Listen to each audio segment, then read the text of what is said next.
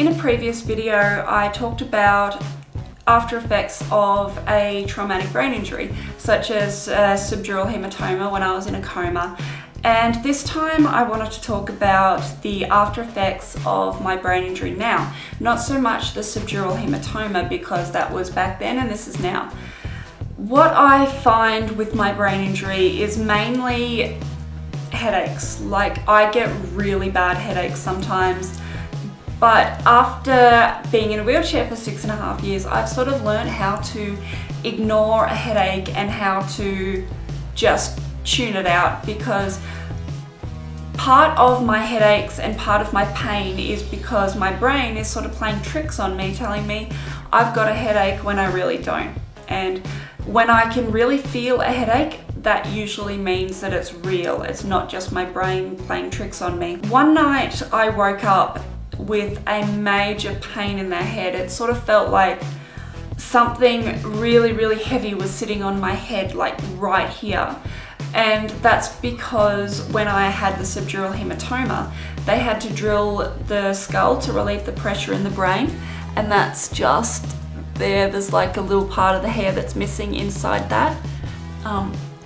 Just there. For the last week, I think I've had a few times at night where I've just woken up and I've had pain, not as bad as the one that I had about a month ago, but really just intense pain. Sort of felt like my head was really, really hot. That drives me nuts sometimes, because my brain is just playing tricks on me and I don't always know if it's real, and if it is real, then sometimes I can't get rid of it. Some people are surprised that I suffered a severe traumatic brain injury, because I know how to speak and I know how to enunciate and I can pronounce things, but that has been about 6.5 years in the making to be able to speak like that. Even last year and the year before, I was still a little bit uneasy and a little bit awkward and shy and timid about what I said, how I said it, how fast I said it, if I said the right thing, if I said the wrong thing. And now it's getting a little bit easier, and the main reason for that is that I get to talk to you lovely people. Talking to a camera is a really weird thing to get used to, but after a while, and when you get talking and when you get into the conversation, I find it a lot easier and I sort of feel like I'm talking to somebody. And when I get responses from you guys, it makes me feel a lot more worthy that I'm doing this for a reason.